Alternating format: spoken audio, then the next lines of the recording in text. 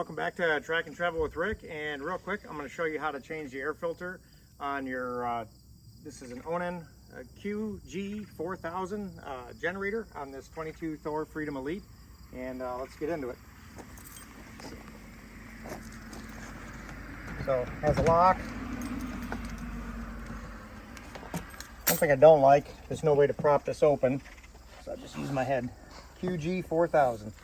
And you take the cover off, lift up, pull it down. There's the part number for the generator air filter, and there's a wing nut off to the side.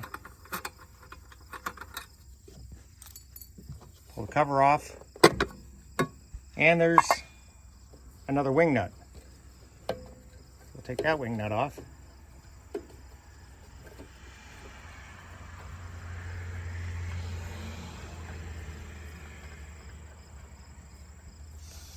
Now we're not ready to replace this. It's only got about 60 hours on it, but we need to check it.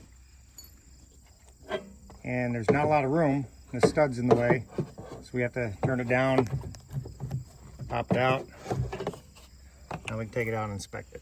Yeah, it's getting a little dirty, but it's good for a while yet. And assembly is just the reverse.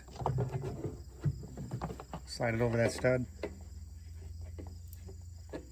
And this is where you're going to struggle a little bit, trying to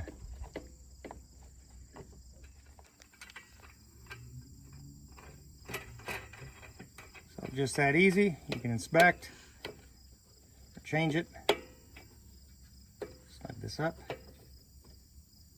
If you haven't seen it, I did a video on how to change the oil and what oil to put in this generator, so check that video out. And if you like what you see, like and subscribe, and we'll see you on the next one. Thanks.